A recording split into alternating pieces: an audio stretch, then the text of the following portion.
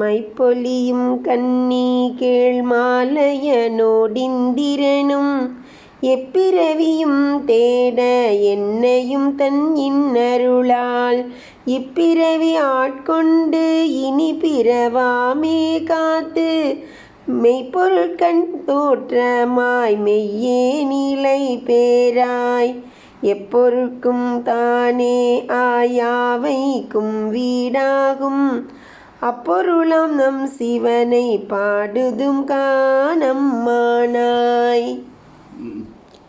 அஞ்சனம் தீட்டிய கண்களை உடைய மாதே கேள்.